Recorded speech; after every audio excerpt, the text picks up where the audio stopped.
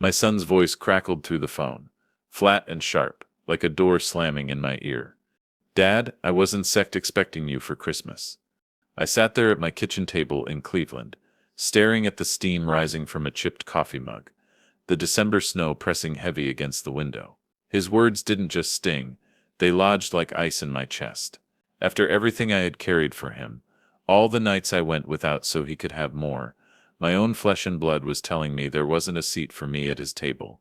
Before we continue, please subscribe to the channel and tell us where you're listening from. The silence after his call was worse than the words. My refrigerator hummed, the wall clock ticked, and I found myself gripping a slip of paper on the counter like it was a weapon. It was the mortgage auto draft confirmation, $1,482, pulled from my account on December 20th. I'd been making that payment every month since 2015, when my son and I signed the papers together. His name was on the deed, but my pension kept the bank from knocking on his door. That house was supposed to be my legacy, my retirement hedge, my late wife's last wish that the kids would always have a roof. And yet, here I was, locked out in the cold. I drove past their street that night, Christmas Eve, the snow blurring my headlights. His house, my house, glowed with strings of gold lights. Through the window, I could see silhouettes. My son pouring wine, his wife setting down plates, laughter rising with the clink of glasses. For a second, I thought he might look up and see me. He didn't, he never does. I parked half a block down and sat there in the dark, the heat running low, my breath fogging the glass. I thought about my wife, how, before she passed in 2019, she had begged me to keep the family close, no matter what. I had promised her at the graveside. And here I was, watching my promise unravel like tinsel in the wind.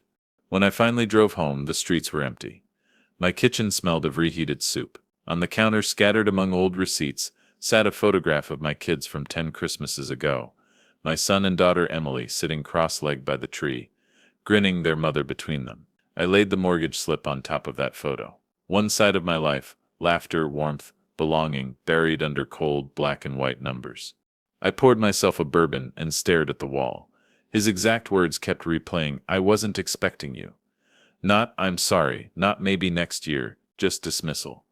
Like I was a forgotten bill collector, not his father. And then something shifted. My eyes drifted back to the folder on the counter. The mortgage. The one thread holding his curated life together. It hit me with a clarity as sharp as the winter wind outside. I still held the rope. I had the power to pull it. I whispered into the empty room, almost laughing at the bitterness of it. "Not expecting me? Let this see what you expect when the payments stop." The bourbon burned going down, but it didn't matter. I knew in that moment that the holidays wouldn't end with silence. They would end with consequence. Christmas morning in Cleveland should smell like cinnamon rolls and sound like wrapping paper tearing. Mine smelled of stale coffee and reheated soup, and the only sound was the oven timer dinging from a meal for one. I sat at the table staring at the same mortgage slip from December 20th, $1,482, circled in red ink. The number didn't just represent money, it represented sacrifice.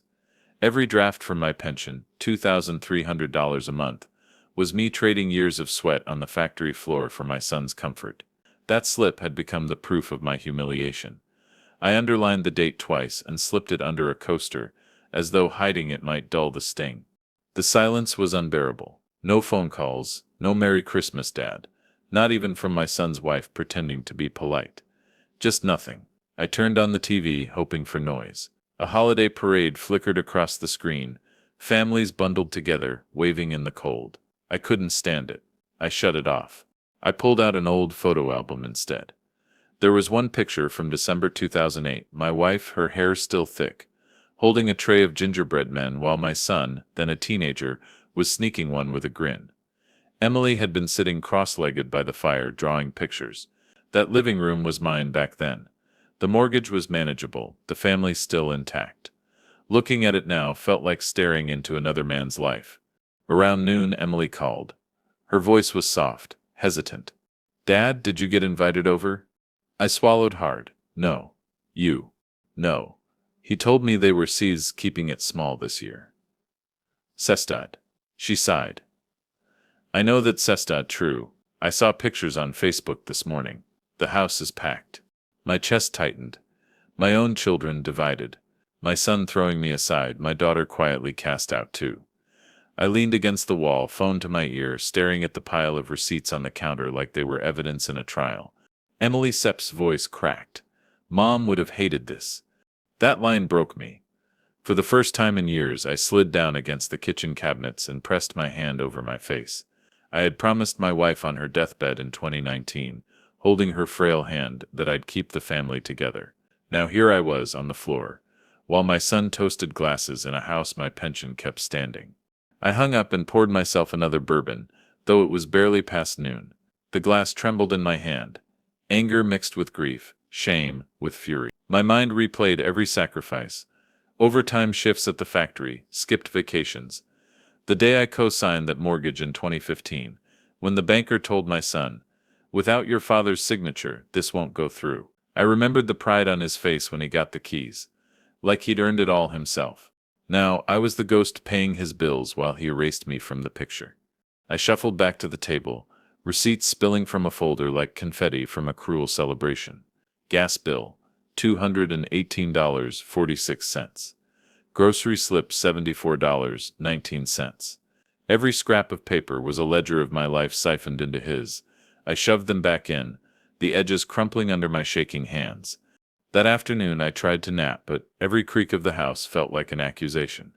At one point I thought I heard my wife's voice, soft, disappointed, "Don't let them do this to you." I woke with my heart racing. By evening the streets outside were quiet, snow piling up along the curbs. I microwaved leftovers, ate in silence, then sat staring at the darkened window. My reflection looked older, beaten down.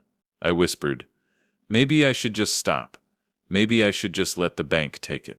But then I remembered the way my son's voice had clipped on the phone, how cold it had been, not just careless, but deliberate. "I wasn't expecting you." Those words weren't a mistake. They were a knife. And knives, I knew, could cut both ways. That night, as the wind howled outside and the house groaned with the weight of the snow, I lay in bed wide awake. My stomach twisted, my chest heavy. I realized I was at the bottom, fully collapsed under betrayal. But in that collapse, something hard was forming, like steel in a furnace. When I finally closed my eyes, I didn't dream of Christmas past. I dreamt of paper, contracts, receipts, signatures, all the things my son thought he had buried. And when I woke the next morning, the bourbon headache throbbing, one thought burned clear through the fog: collapse was over. Planning was next. The morning after Christmas, I cleared the bottles off the table and laid out the one thing that still had teeth: the mortgage folder. It was thick, worn at the edges from 8 years of shoving it in drawers. I opened it like a priest handling scripture. There it was, dated August 14th, 2015. The signatures sat side by side, his sloppy scrawl, mine steady and sure. The banker had said, "With your father's pension behind it, the loan is solid." My son had nodded, all swagger, as though I was the co-signer to his success story. 8 years later, I realized I wasn't a co-signer. I was the guarantor of his arrogance. I pressed my thumb against the ink of my own name. Then I picked up the December auto draft slip, $1,482, and slid it under the contract. The stack in front of me wasn't just paper, it was leverage. I called Howard, my old lawyer friend. He'd retired too, but he still picked up on the second ring. "Howard, I need you to remind me, if I stop paying on a mortgage I co-signed, what happens?" He hesitated. "Depends. If you enter on the loan but not on the deed, your son takes the hit. But your credit will take a bruise too."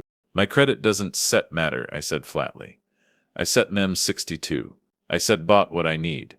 But his house matters to him." Silence on the line, then Howard Sepp's sigh. "You Sepp, you're serious." I said, "Never been more serious." He asked me to bring the papers over.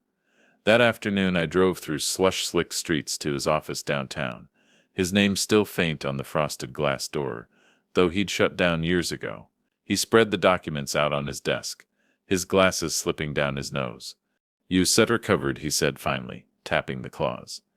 "If you cancel payments, foreclosure begins in about 60 days. He can scramble to cover, but the hit will be public. You set'll be free." I exhaled, long and steady. My wife Sepp's voice whispered in memory, "Don Sepp's let them do this to you." On the way home, I stopped by the mailbox. Inside was my December Visa bill, $312 in groceries, $88 at the pharmacy, and then Emily's envelope. She'd slipped me screenshots of my son's Facebook page. There he was, posting photos of his new life around a decorated table. Hashtags like #OurHome, #Family Christmas. Not one mention of me, not one photo of Emily. He was building his legacy on a lie, and I was the foundation. That night I started a binder. A plain black 3-ring, the kind I used to carry to union meetings. On the cover I scrawled January. Inside I slid the mortgage slip, the 2015 contract, and now the credit card bill I'd underlined. Evidence, building block by block. I called Emily. "Sweetheart, I need you to trust me." Her voice was tired. "Trust you with what?" "Your brother thinks he Seps writing history. I Seps am going to show him the footnotes. But I can Seps do it alone." She didn't hesitate. "What do you need?" "Your silence, for now, and your presence, when the time comes." I heard her exhale. "Dad, whatever you set or planning, just don't let it break you." "It won't stet," I said. "It's stet'll make me whole again." The next day, Mrs. Klein, the neighbor across from my son Sep's house, called me. She has eyes sharper than binoculars. "I saw a truck out front yesterday, new leather sectional delivered. Looked expensive." I thanked her, hung up, and smiled to myself. Furniture for a house he didn't really own. The irony wrote itself. For 3 nights, I sat at my kitchen table rehearsing. I practiced pulling papers from the binder, laying them flat with a calm hand. I whispered the lines I would say, $1,482 every month. 8 years, $178,000. My pension, not yours. I practiced until the words lost their sting and became weapons. On December 29th, I went back to the bank and canceled the auto draft. The teller asked me twice if I was sure. I slid my ID across the counter and said, "Positive." She stamped the cancellation, dated it, and handed it back. I tucked it into the binder. Proof. That night, bourbon in hand, I placed the binder in the middle of the table and stared at it until the clock struck midnight. For the first time since Christmas Eve, I didn't feel like the ghost in my own family story. I felt like the author again. My son thought I was just some old man clinging to traditions. What he didn't know was that every receipt, every contract, every draft was sharpening me. I closed the binder, slid it into a drawer, and whispered into the quiet room. This isn't set revenge. This is education. New Year's week arrived in Cleveland with a bitter wind that cut through my coat like knives. While the rest of the city prepared for champagne and resolutions, I was preparing for silence. The silence that would come when the bank didn't get their money on January 1st. The cancellation slip sat in my binder like a detonator. Effective January 1st, auto draft discontinued. Simple words, but I knew what they meant. I had been the heartbeat of that mortgage for 8 years, and when the beat stopped, the house would start to suffocate. I carried the binder everywhere, tucked under my arm like a briefcase. Inside were my receipts, bills, the mortgage contract, and now the cancellation notice. Each page was a nail in the coffin of his arrogance. On December 30th, I drove by the house again.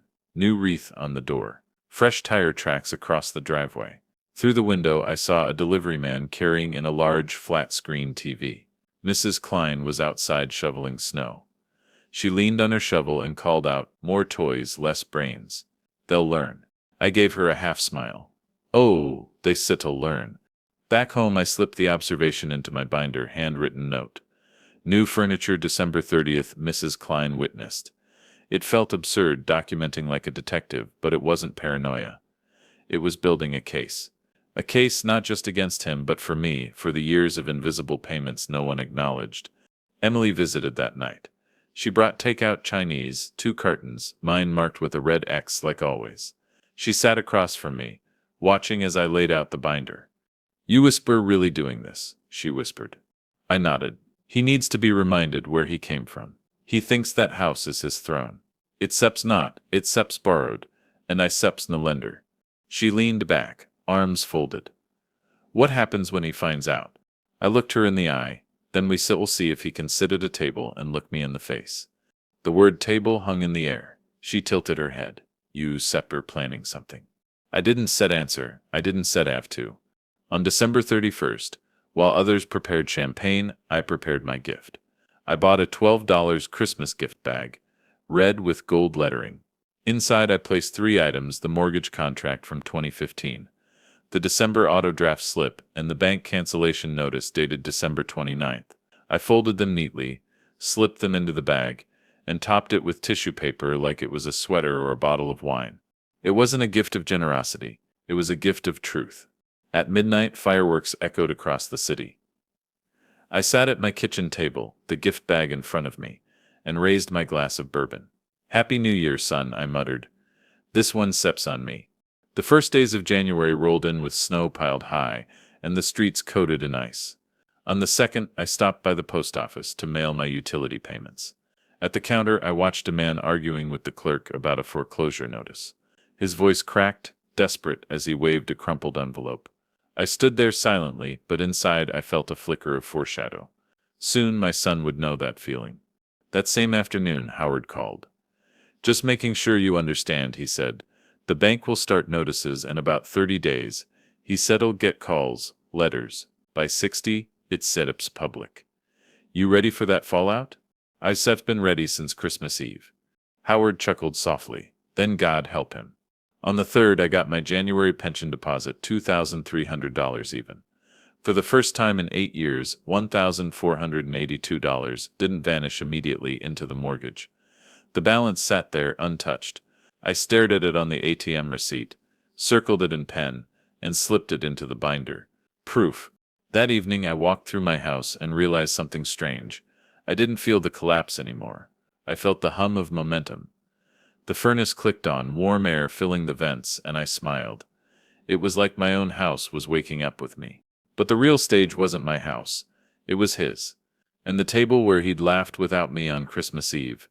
That would be the battleground. For now, I waited, patient as the snow. The gift bag rested on my counter, ready to be delivered. Emily knew. Howard knew. Even Mrs. Klein suspected. But my son? He thought the new year meant new furniture, new gadgets, new smiles for the neighbors. He didn't know the foundation beneath his feet had already started to crack. And I would be the one to show him the fault line, paper by paper, dollar by dollar, until he couldn't laugh at the table anymore. The first week of January in Cleveland dragged on like a held breath. Snow piled against the curbs, the river froze in jagged sheets, and the city lights blinked through the haze, while others shoveled their driveways or dragged Christmas trees to the curb. I spent my nights at the kitchen table, rehearsing. The binder lay open in front of me, pages spread like cards in a gambler's hand. Mortgage contract, December slip, cancellation notice, utility bills. Each one was a bullet I could load. I practiced pulling them out, laying them flat, sliding them across the table, over and over, until it felt like second nature. I whispered lines into the empty room, my own voice steady and cold. $1,482 every month. 8 years. That sips $178,000 out of my pension. While you played the proud homeowner, I paid the rent on your ego. I practiced the silence too. The pause after the words, when I'd let them sink in. Silence was more powerful than shouting. I wanted him to feel it, the way I had felt the silence of Christmas morning. Emily stopped by one night with her laptop. She had pulled screenshots from Facebook. My son's posts were like cheap ornaments, shiny, hollow, and breakable. "Another great holiday in our home," one read. "Blessed beyond measure." In the pictures, the living room was glowing. The tree loaded with gifts. His wife was grinning, showing off a new bracelet. In the corner of the photo, I spotted the flat screen Mrs. Klein had mentioned. I held the picture in my hand, like evidence.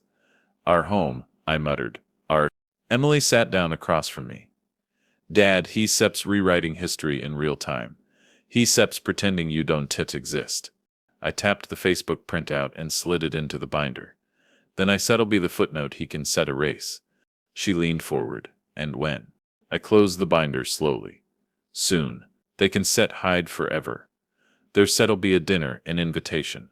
I said'll bring my gift." The gift bag still sat on my counter, red and gold, neat tissue paper puffing from the top. Inside the mortgage contract, the December slip, the cancellation notice, my Christmas present delivered late but wrapped with care.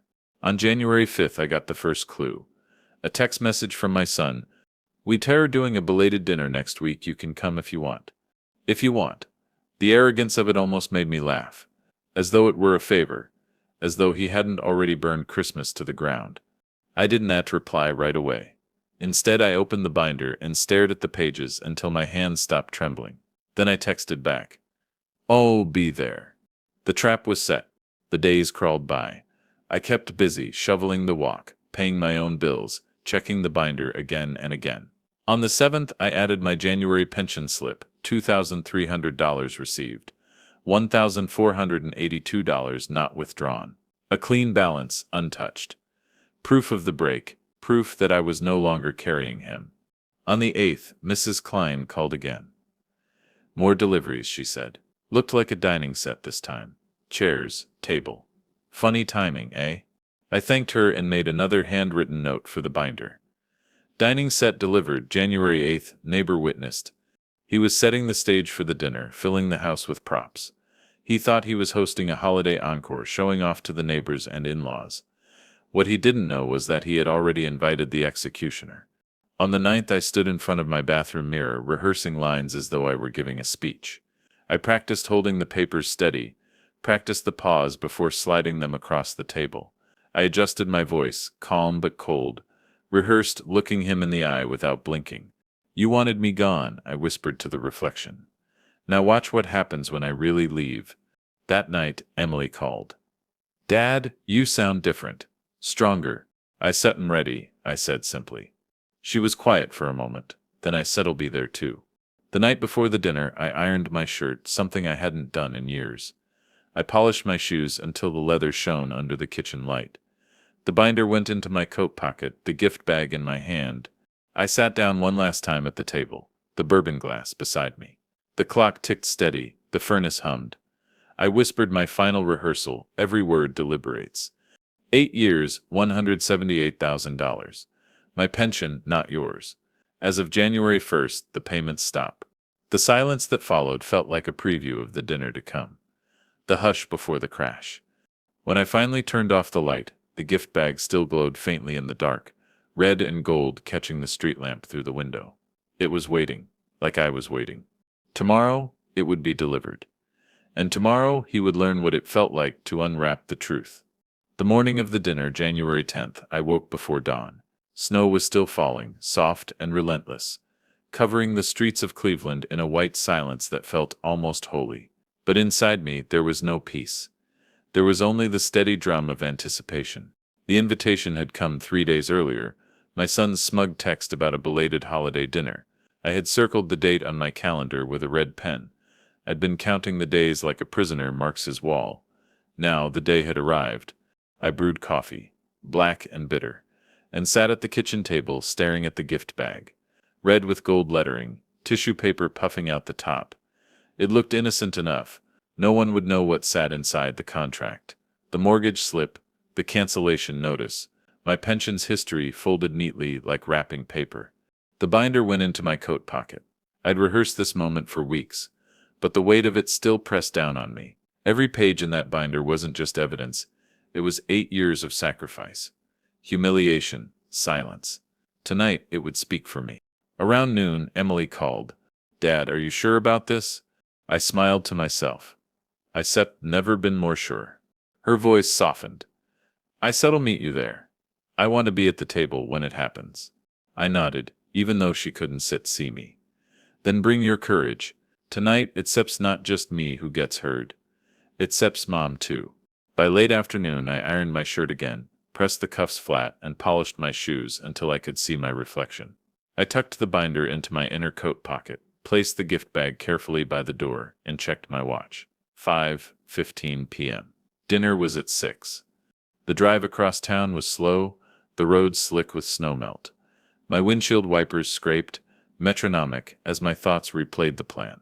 Pull the papers calmly. Speak clearly. Let the silence do the cutting. When I turned onto his street, the house glowed like a showroom. Strings of white lights framed the porch. Through the window I could see people moving. His wife's parents, faces flushed with wine, neighbors holding glasses, kids darting around with candy canes. The perfect picture of family cheer. A picture that didn't include me. I parked 2 houses down, next to Mrs. Klein's place. She was standing on her porch, wrapped in a shawl, brushing snow from the railing. She raised a hand in greeting, her eyes following the gift bag in my hand. She didn't ask questions. She just nodded, as if she knew. The walk up the driveway felt like marching toward a battlefield. My boots crunched on the salted concrete. I adjusted my coat, felt the binder heavy against my ribs, and tightened my grip on the bag. When my son opened the door, he wore the smile of a politician. Broad, rehearsed, hollow. "Dad, glad you could make it." His wife hovered behind him, her smile thinner, tighter. She took my coat with the politeness of a hostess trained to hide contempt.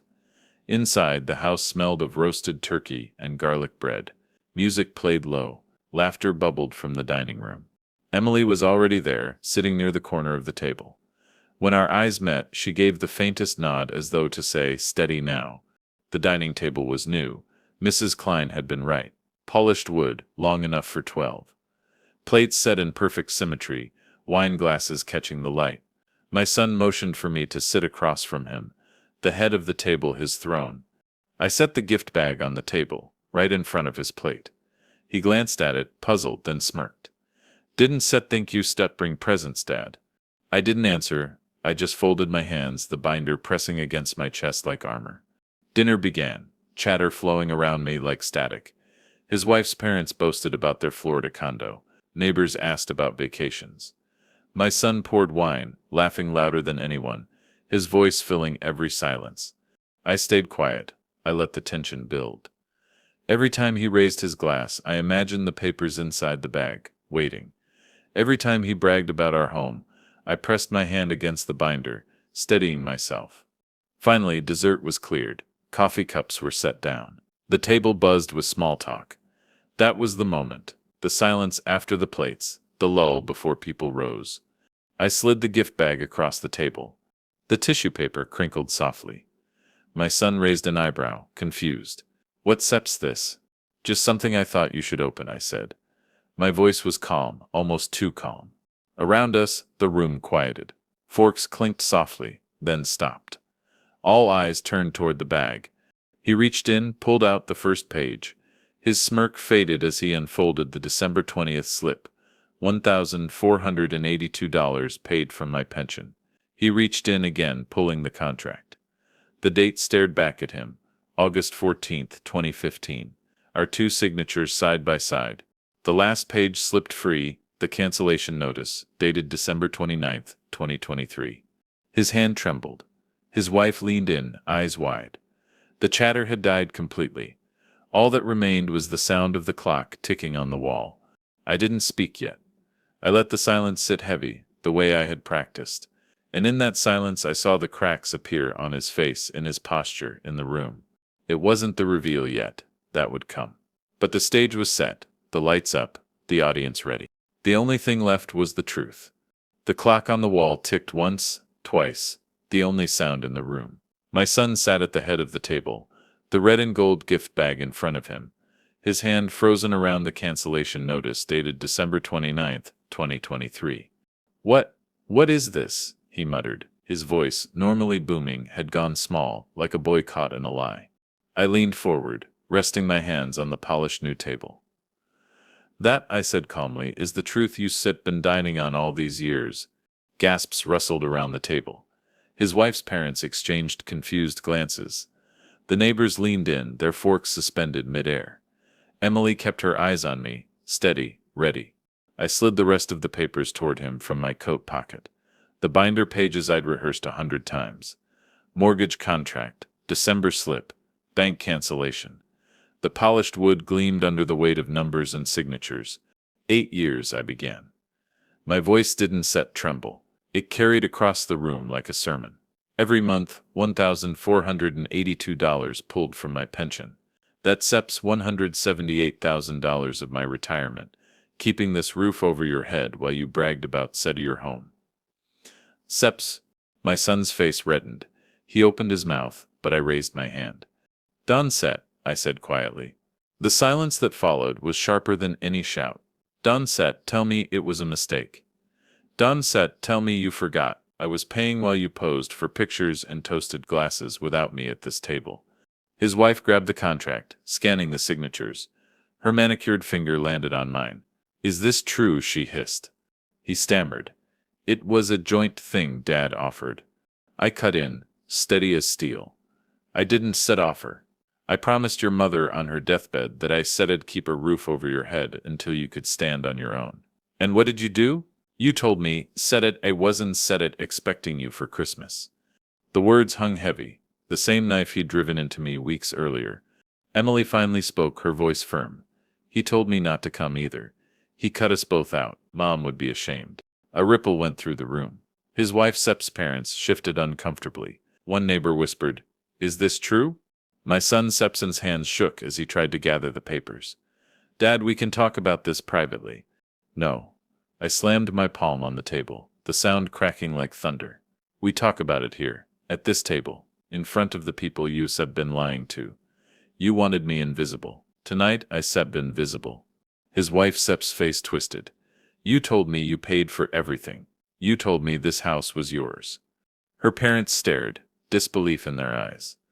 One of them muttered, All those gifts, all that money. I pulled the December auto draft slip closer and tapped it with my finger. 3 days before Christmas, $1,482. While I ate canned soup, you were pouring wine. While your sister and I sat alone, you were handing out jewelry. I pulled another sheet from the binder, Emily's screenshots. $3,200 at Rogers Jewelers, for her family. Nothing for your own father. The room fell into a stunned hush.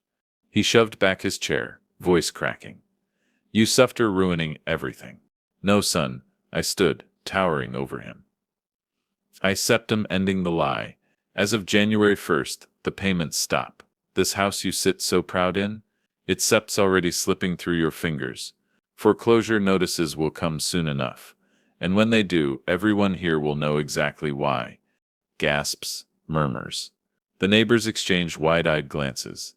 His wife pressed a shaking hand to her forehead. Her bracelet glittered in the light, the same one I'd spotted on Facebook. You don't mean that, my son whispered, but there was no conviction in it. His bravado had bled out onto the polished wood. I leaned close, my voice low enough that only he and Emily could hear. You didn't lose me, son, you gave me away. And tonight, you gave away the truth, too. He sank back into his chair, the papers scattered around him like ash. Emily rose slowly, her eyes burning into him. Dad isn't the one who ruined Christmas. You did. The neighbors stood, awkwardly excusing themselves. His wife's parents muttered something about needing air as they collected their coats. Within minutes, the table that had been full of laughter was a graveyard of silence. Only the four of us remained. My son sat hunched, staring at the mortgage slip, his knuckles white. His wife stood rigid beside him, arms crossed, betrayal written across her face. Emily came to my side, slipping her arm through mine. I gathered the binder, the slips, the screenshots, and slid them back into my coat. The gift bag remained on the table, empty, hollow, like his pride. I buttoned my jacket slowly, letting the silence stretch. Then I turned to him. You said you weren't expecting me for Christmas. But you will be expecting me every time the mailman comes now. Every letter from the bank will be a reminder. With that, I walked toward the door. Emily followed, her head high. Behind us, the sound of his wife's voice rose sharp and furious, berating him, demanding answers. His weak protests tangled in the air. Outside, the snow had stopped. The sky was clear, stars pricking through the black. The cold bit into my lungs, but it felt cleaner than the air inside. Emily squeezed my arm. You did it, Dad. I looked back once at the glowing windows, the silhouettes inside now fractured. No, I said quietly. He did it to himself. I just stopped paying the bill. We walked down the driveway together, our boots crunching in unison. Mrs. Klein peeked through her curtains, her face a pale crescent of curiosity. I gave a small nod. She would hear the story soon enough. By the time I reached my car, I felt lighter. The binder was heavy under my coat, but it no longer felt like a burden. It felt like proof that I had finally drawn the line. I started the engine, the headlights carving through the snow. As we pulled away, I whispered to myself, almost smiling, Dinner sep's over. The feast of truth has just begun. The morning after the dinner, Cleveland felt quieter than usual. Snow still blanketed the streets, but it wasn't the weather that hushed the air, it was the aftermath. I woke with the binder still resting on the kitchen table, my coat draped over the chair. For the first time in weeks, I didn't feel crushed by silence. Instead, I felt a strange calm. I poured coffee, black and bitter, and waited. I didn't have to chase the fallout, it would come to me. By noon, my voicemail was full. My son's voice filled the first 3 messages, shaky, frantic. Dad, we need to talk. Please don't do this. We'll figure something out. Another, you embarrassed me in front of everyone. Do you know what you done? And finally, raw panic. The bank SEP's already called about a missed payment. I can cover it. Call me back. I didn't tear. Instead, I played the messages again and slid my phone across the table, recording them on a small handheld device I'd bought years ago for union meetings. I labeled the file, January 11th, post-dinner calls. Proof. Emily came by in the evening. She looked exhausted but relieved. His wife SEP's furious, she said, setting her gloves on the counter. SEP's been posting on Facebook all day about SEP betrayal, SEPset, and SEP family lies. SEP fang the pieces together. The neighbors are already talking. I pictured Mrs. Klein at her window, spreading the story like wildfire. A public unraveling was always louder than a private one. Emily sat down, rubbing her temples. He called me too. Said you set him up. I told him he set himself up years ago. She smiled faintly. I don't think he liked that. I poured us both coffee, sliding her a mug. Good, he needs to hear it from someone other than me. The next day, January 12th, I stopped by the post office. While I waited in line, I overheard 2 women whispering about the big scene at my son's dinner. I pretended not to listen. But inside, I felt the ripple.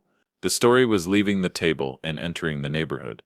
Back home, the first foreclosure notice was waiting in his mailbox. I knew because Mrs. Klein called me. Letter from the bank came today, she said. Looked urgent. He snatched it up fast, face white as snow. I thanked her, jotting the date in my binder, January 12th, first notice delivered. On January 14th, I went to see Howard, the lawyer. He confirmed what I already knew. The bank won't wait long. By February, will be drowning in calls and certified letters. By March, if he doesn't cover, the notice will be public. You are legally clear, though. The documents protect you. I exhaled. Then it's his turn to pay. That weekend, Emily and I walked past the house together. From the sidewalk, we could hear shouting inside, her voice sharp, his defensive. The 2 of them circling each other in blame. Emily squeezed my arm. He's cracking. I nodded. Good. Pressure makes truth rise to the surface. By January 16th, the cracks had spread further. His wife's parents stopped visiting. The neighbors stopped waving. The Facebook posts disappeared.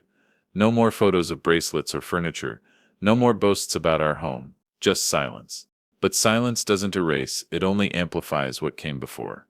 On January 18th, I checked my own mailbox and found a folded note from Emily, a printed screenshot. His wife had posted privately to her friends, complaining about being lied to for years and not knowing if we even own our house. The bracelet photo was gone. The comments underneath were brutal. I slipped the screenshot into the binder and closed it with a snap. Proof didn't always come on official paper. Sometimes it came in shame typed out for the world to see. That night I sat alone in my kitchen and realized something. I didn't feel vengeful anymore. I felt vindicated. The fallout wasn't my doing. It was gravity. Pulling down a house built on lies. Still, I wasn't done. The bank had only just begun its process. More letters would come, court filings would follow, and when they did, my son would see the truth in ink, stamped and sealed the way I had seen it in my pension slips for 8 years. For now, though, I let the silence return. It wasn't heavy anymore. It was clean. It was mine. By the 3rd week of January, Cleveland's skies were the color of steel, and the air carried that hollow chill that seeps into your bones. It was the kind of weather where every breath feels like truth being dragged out of you. And truth finally was catching up to my son.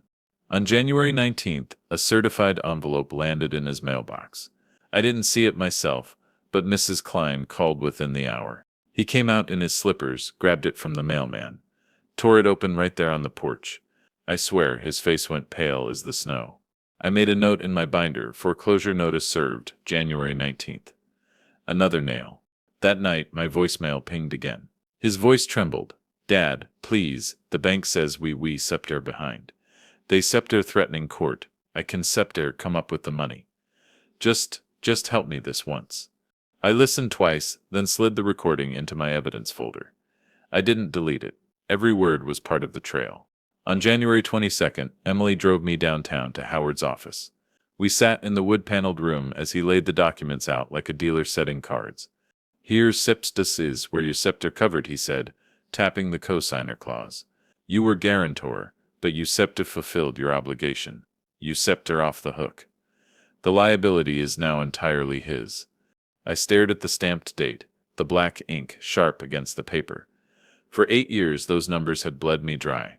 Now they were turning on him. Emily asked, what happens next? Howard leaned back. The bank will push. If he can sit cover, they sit'll file for repossession. There sit'll be a hearing. He sit'll have a chance to argue. But unless he magically produces the money, the house goes. I closed the folder, then let the process run. Sure enough, on January 28th, my son called again, this time with anger instead of fear. You destroyed me. Do you know what people are saying? The neighbors, her parents, they all think I lied. You made me look like a fool. I waited until he was done, then answered with one sentence. I didn't make you look like a fool, son. You did that when you erased me from your table. Then I hung up. The court summons arrived the following week. Emily brought it to me, shaking her head. He seps panicking. He doesn't even know what half of this means. Howard agreed to attend with me. On February 3rd, we walked into the courthouse together. Cleveland's courthouse smelled of old wood and floor polish, the air buzzing with quiet tension. My son sat at the defendant's table, suit wrinkled, eyes darting. His wife was absent. When the judge entered, the room hushed. The case was called Bank of Ohio versus my son's name. I sat in the back, binder resting on my lap, Emily beside me. The bank's lawyer presented the facts plainly.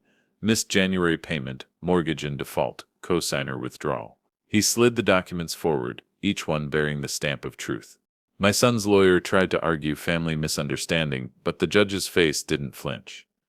Do you have proof of independent payment? He asked. Silence. That silence was my justice. Finally, the judge spoke. Without evidence of coverage, the foreclosure proceeds. Case dismissed in favor of the bank. His gavel struck once, sharp as a gunshot.